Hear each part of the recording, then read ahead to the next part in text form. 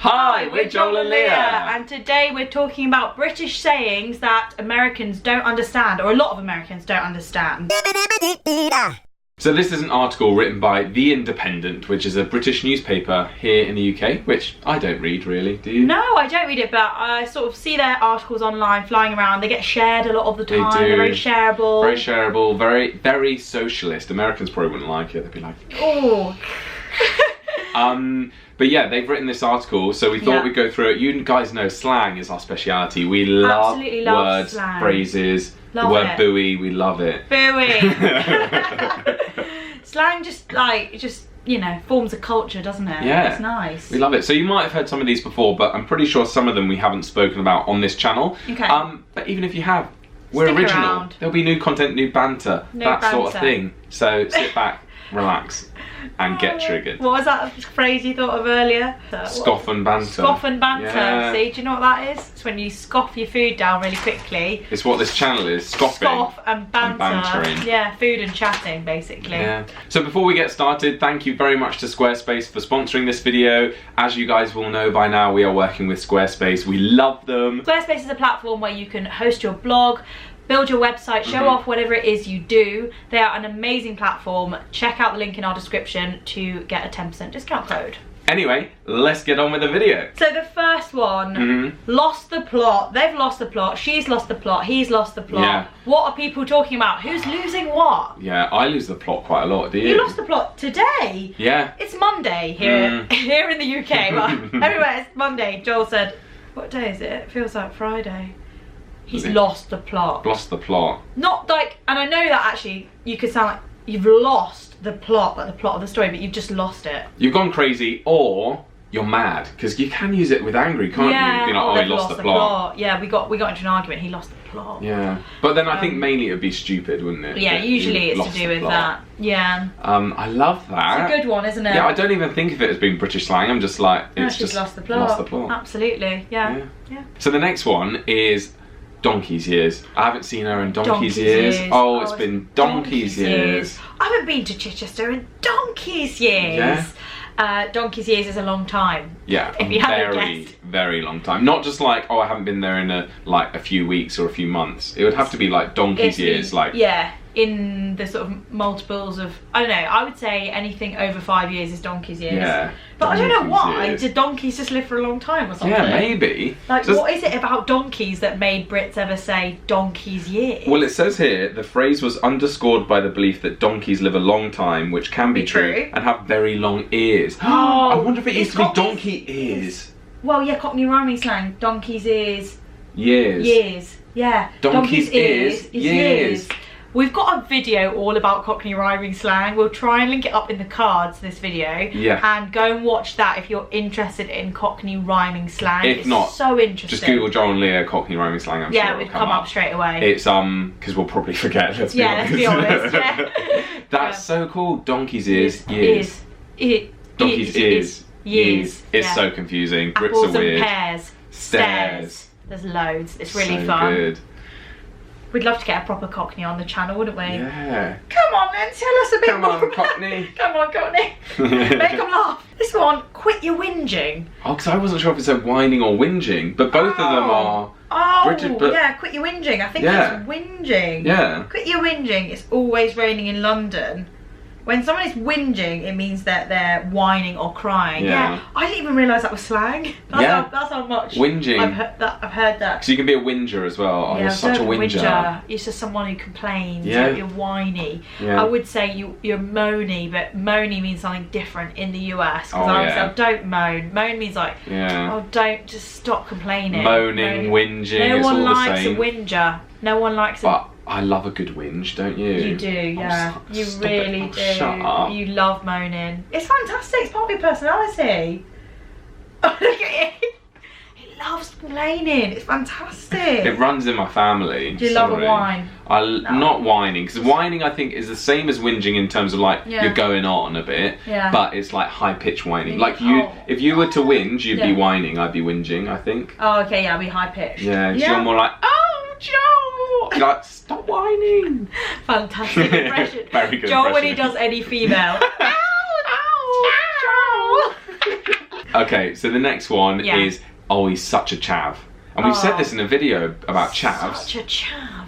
Yeah, chav. Because my friend who's from Texas, she doesn't know what a chav is. Me and her husband, who's also British, had to explain to her what a chav meant. And we were trying to think of what the American equivalent of a chav, and we just didn't really know what it was. The only thing we could come up with was white trash.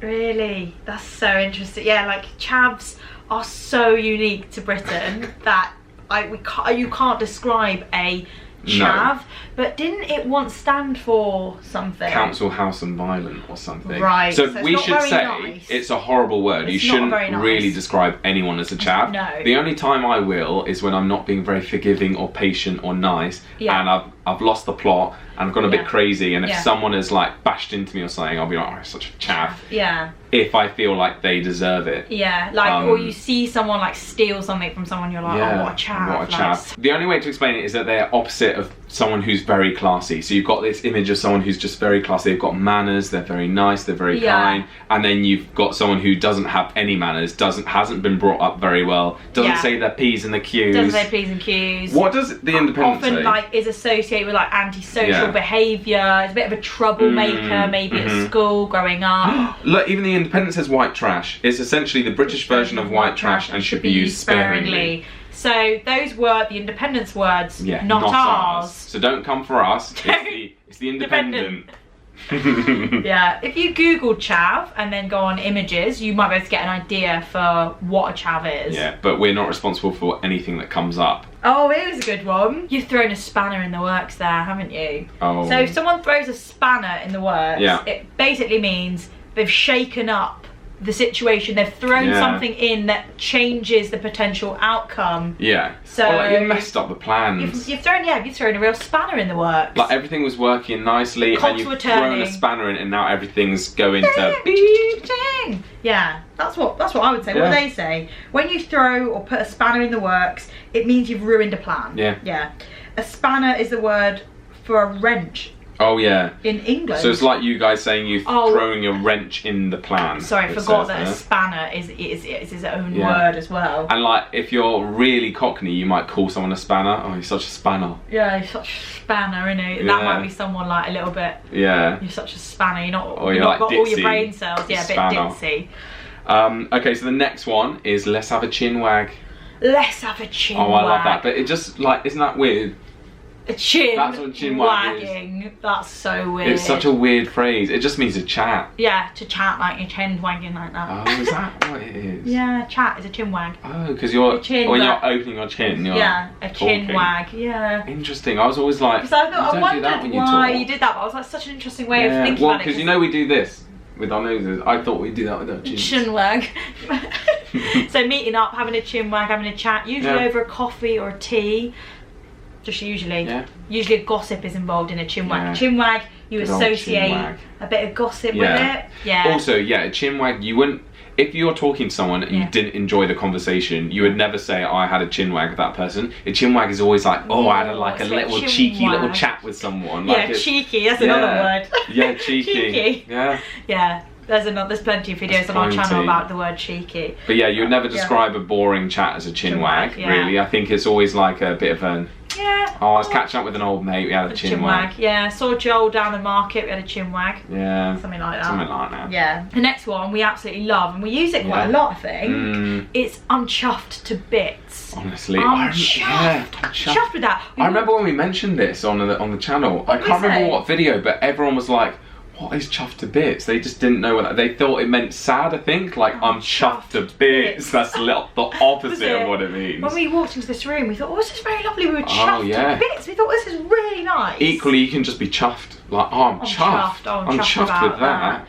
Joel had a Pepsi Max in our workplace earlier. I was chuffed with that. He was chuffed. I was like, oh, I bet you're chuffed. Oh, yeah. He was thrilled. He was booming. Well chuffed. He was booming. What's the booming? He was buzzing. Happy, buzzing. That's the word. Yeah. Thank you. But yeah, it just literally means like I'm happy. So happy. Yeah. Chuffed. I'm so happy. Chuffed. Yeah, I love it. Hope that helps. So the next one is that's manky. If something's manky. I remember when it sort of I first started hearing this word through school, like, don't eat that. That's manky. That banana's gone manky. Manky's like It's gone a bit gross. Mouldy, gross. But then didn't it turn from manky into just rank? People were like, that's rank. And that means the same thing, like just gross. It's rank. That's rank. Like you smell something that's gone off. That's rank. It's not always about food though. Like no. Manky could be like you could describe it as a room. If you went to look around, you're renting a house, an estate agent shows you around. There's damp everywhere, like dirt on the floor. You'd be like, oh, it's manky. It's a bit rank. Yeah, either of those. Yeah. Agreed. Your old house with the bed bugs. That was manky. And the last one is describing something as a doddle. Oh, that's a doddle. Doddle. It's like something that's a walk in the park. Yeah. It's very easy. So easy. Oh, that homework. Yeah. There was a doddle to do. I mean, not that kids really use it that much. Oh, a kid wouldn't be like, that exam was a doddle. No, that's more of an older generation, isn't it? A doddle is a task or activity that is extremely easy, though the origin is unknown and dates back to the 1930s. Oh, wow. So there you go. It's still a little bit used, but I wouldn't say it's that common amongst our age. I don't think I'd ever say it's a doddle. I'd say it's a well easy, mate. That is well easy. It's a walk in the park. I wouldn't even say walk in the park. I'd say it was a piece of piss. Oh, I'd say piece of cake. Piece of cake. Piece of cake. See, why would you say piece of piss or piece of cake is lovely? Piece of piss is... It's not very nice. That's a piece of piss. Oh yeah, built that IKEA table. Piece of... Or they'd say piss easy. Piss easy. I like that one. I don't use that. Is that an American one? No, they don't say piss. Oh, you don't say piss? Oh, I think they say pissed meaning angry. Oh, right. Do they say it meaning angry? Yeah, I'm pissed. It's angry. But if something's a piece of, it's very easy. Yeah. Oh, that exam, piece of...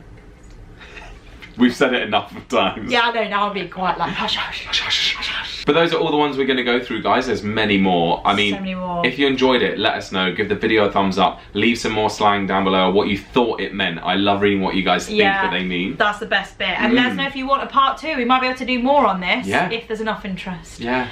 Oh, these are a doddle to do. Oh, these are a doddle. Honestly. They're an absolute joy. We're chuffed doing these kind of videos. Oh, we're well chuffed, absolutely love it. It's like having our own TV show. Yeah, we just have a little chinwag on camera. We love it. What do you do for a job? We just have a chinwag. Just have a chinwag, with the camera and the light on. Yeah. It's lovely. But before we go, just another quick thank you to Squarespace. I'm sure you guys know by now, Squarespace are an amazing platform. You can design websites, you can build a blog, you can make your business online if you've got business. Yeah. Or you can build one. Or you can, you know, maybe you're an actor, maybe you're a dancer, maybe you've got a creative outlet and you just want to put your work somewhere. Why not do a free trial on Squarespace and start designing your website? And if you want to go ahead and publish it, you can use our discount code, which is in our description, for 10% off. But you don't have to commit to anything. You can use it for free right now. Have a little play around, see what you come up with, and send us your websites. We'd love to see them. Yeah. But thanks, guys, for tuning in. We love you. Stick around. Subscribe if you're new. Notifications on. Do all the things. See you next time. See you. Bye. Bye.